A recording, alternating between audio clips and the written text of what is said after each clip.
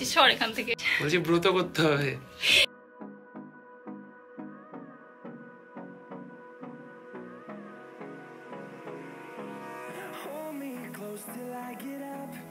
Hi everyone, good evening to all, welcome back to my channel. আমি poppy চলে এসেছি আবার একটা নতুন রিফ্রেশিং ভিডিও নিয়ে।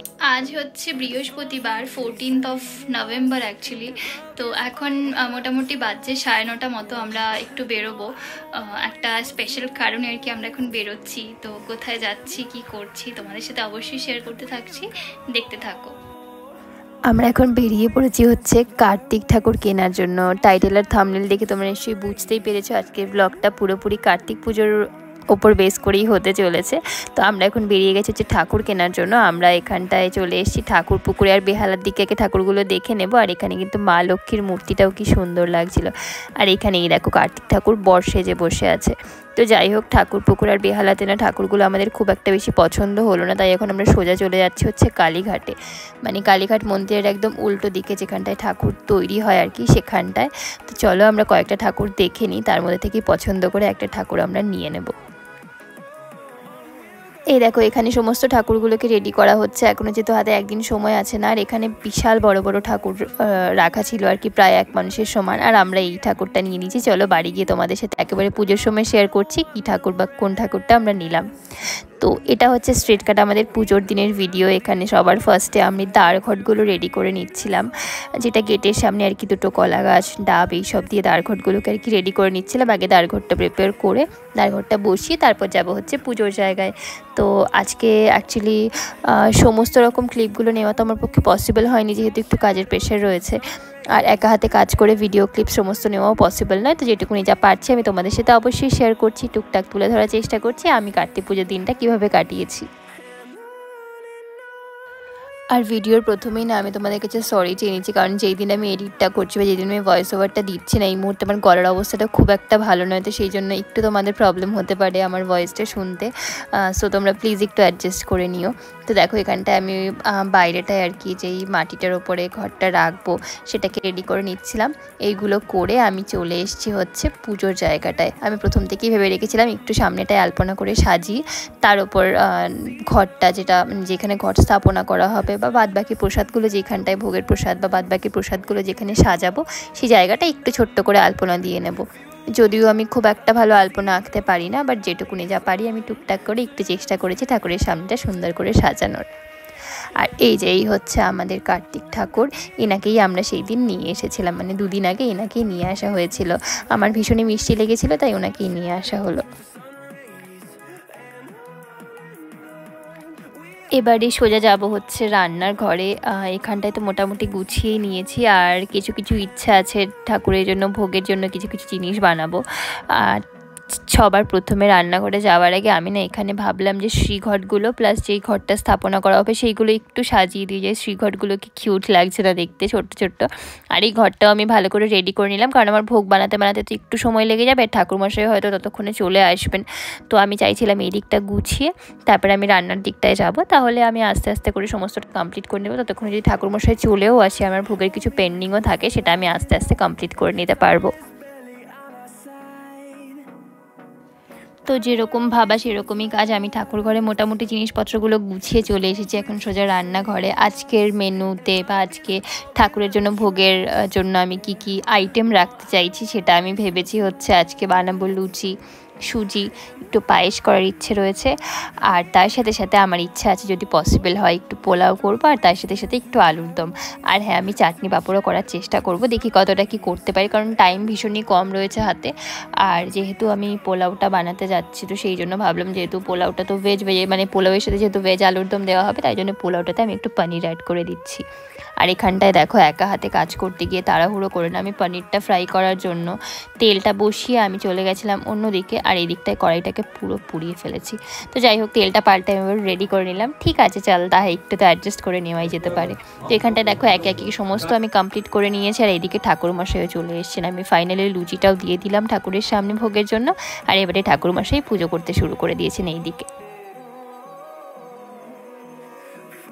তো চলো এবারে ঝটপট করে আমি একটু চেঞ্জ করে একটা শাড়ি পরে নিই টুক করে, তারপরে আমিও চলে আসবো পুজোর জায়গায়, যেহেতু পুষ্পাঞ্জলি দেওয়ার রয়েছে। তো চলো আগে ঝটপট আমি চেঞ্জ করে নিই।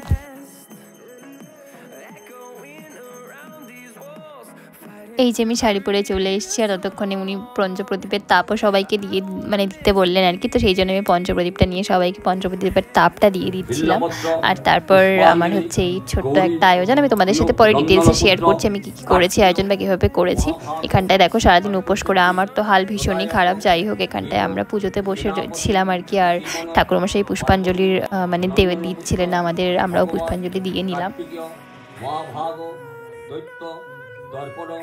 নিষেধক প্রাণাপতি প্রপুস্তত্তম প্রবদন ইন্দ্রবিদ্যস্তবা শস্ত্রপুখা বিশ্ববেদা শস্ত্রকৃষ্ণ বৃহস্পতি বিরাট মমঋষি কার্তিক সাদ্রে যতই পাপ ততই কার্তিক পূজা শিব চতুর্দশী চার প্রহরে। আর কার্তিক পূজা 4 বছরে যারা করে 4 বছর শেষ করে দিতে হয় উদযাপন করে, 3 বছর না। তো এখন ফাইনালি পুজো টুজো সমস্ত কিছু হয়ে গেছে, ডান করে না পুলু, সমস্ত কিছু হয়ে গেছে ডান। আর তার সাথে সাথে এখন ঠাকুরমশাই সবাই চলে গেলেন আর কি, এবারে সমস্ত প্রসাদ দেওয়া হবে। আর বাদ বাকি জিনিসগুলো এত বিজি ছিলাম না আজকে, কিচ্ছু আমি ক্লিপ নিতে পারিনি, যেটুকুনি যা পেরেছি মোটামুটি সেটুকুনি আমি তোমাদের সাথে শেয়ার করছি। আর দেখো এইদিকে কাণ্ড, আমাদের বর্ষা রানী কি করছে, কোথায় তুই, বেরো বেরো, দেখতে পাচ্ছি না, ইধার আও, তোকে দেখা, ওকে রাখ, ওকে রাখ। ভালো লাগলো তোমার পুজোটা? ইয়েস। কেমন লাগছে আমার? ভালো, বিউটিফুল। দেখতে থাকো, আমি তোমাদের করিস না, আমি তোমাদের সাথে শেয়ার করে থাকছি। আর অ্যাকচুয়ালি সব থেকে প্যাথেটিক জিনিস যেটা, আমার এখানটা একটা ব্রণ হয়েছে, ফুসকুড়ি হয়েছে, কি হয়েছে এটা ভীষণ আর কি ব্যথা করছে, আর ভীষণ এটা। আর আজকে আমার এইটার জন্য আমি ভীষণ ভুগছি, আমি না ঠিক করে খেতে পারছি না, ঠিক করে কিছু করতে পারছি, আমি করতে পারছি না ঠিক করে, শাক বাজাতে পারলাম না গোটা পুজোতে, অন্যরা শাক বাজালো, এটা ভীষণই প্রবলেম হচ্ছে। এটা কি কমবেও না জানি, বুঝতে পারছি না, অ্যাকচুয়ালি এরকম আছে। কাল আবার আমাদের একটা বিয়ে বাড়ির ইনভিটেশন আছে, জানি না এইভাবে কি করে আমি বিয়ে বাড়িতে যেতে পারবো। এখানটায় একটু টাচ করা যাচ্ছে না, আমার এই পোর্শনটা পুরো ফুলে আছে, তোমরা যদি দেখো বুঝতে পারবে। এই দেখো, ঠিক আছে চলো আগে এই ঝটপট করে, আজকে আমি এই শাড়িটা পরেছিলাম, এটা অনেক দিনের শাড়ি ছিল বাট নতুন শাড়ি ভাঙা হয়নি, তো আজকে পরে নিয়েছিলাম। তোমরা অবশ্যই বলো আমাকে কেমন লাগছে দেখতে। আর চলো এবার আগে ঝটপট এটা চেঞ্জ করব, কারণ এখনো অনেক কাজ বাকি আছে, প্রসাদ দিতে হবে, আর কিছু কিছু কাজও বাকি আছে। তো কি করছি তোমাদের সাথে এবারে শেয়ার করতে থাকছি, দেখতে থেকো। কি বলছিস? বলছি ব্রত করতে হবে। ঠাকুর মশাইটা কেন করছিস এরকম তুই? ঠাকুর মশাইটা অনেক জ্ঞান দিয়ে গেল, মানে বলতে নেই, কত কিছু বলে গেল। যাই হোক, কি সাজেশন যে কার্তিকের মামায়ের ব্রত করা উচিত, ব্রত করলে তাহলে ভুলভাল কেন বলছিস, সর এখান থেকে, তাহলে পর হবে। আমাদের দুজনের পুজো হয়েছে, কিন্তু আমি এত সুন্দর সেজেছি, কিরম কিছু সাজেনি। যাই হোক, কেমন গেল পুজোটা বলো? খুব সুন্দর গেল, আমি তো বসেছিলাম। আর সারাদিন আমি অনেক কাজ করেছি, ও কিছুই করেনি। আমি সারাদিন ভালো কাজ করেছি, আমি উপোস করে অফিস চলে গেছি, তাড়াতাড়ি অফিস থেকে চলে এসে আবার শুয়ে পড়েছি, ঘুমাইনি, শুয়েছিলাম, আবার ব্রাহ্মণ এসছে পুজো করতে চলে এসেছে। আর আমি কত কিছু বানিয়েছি জানো, ভালো অনেক অনেক রান্না করেছে, তাহলে ঠাকুর বেশি খুশি হবে। আমি ভেবেই রেখেছিলাম যে করবো যেগুলো সেটুকুনি করেছি, এবার অনেক কাজ আছে, এবারে বাদ বাকি কাজে তুই হেল্প করবি। আমি আবার ঘুমিয়ে পড়বো।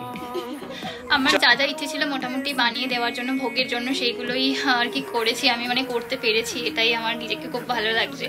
পোলাও করেছি, ভাজা করেছি, তারপর পায়েস করেছি, লুচি করেছি, আলুর দম করেছি, কি করেছি আমি অ্যাকচুয়ালি করার টাইমে একদমই টাইম পাইনি যে কোনো ক্লিপস নেবো আর কি, কারণ অনেকটা তাড়াহুড়োয় করতে হচ্ছিলো। তো এখন পুজো হয়ে গেছে অলরেডি, বাট হ্যাঁ আমি এখন তোমাদের যেহেতু ঠাকুরের সামনে সমস্ত ভোগ নিবেদন করাই রয়েছে, আমি তোমাদের চলো একটা ঝলক দেখিয়ে দিচ্ছি।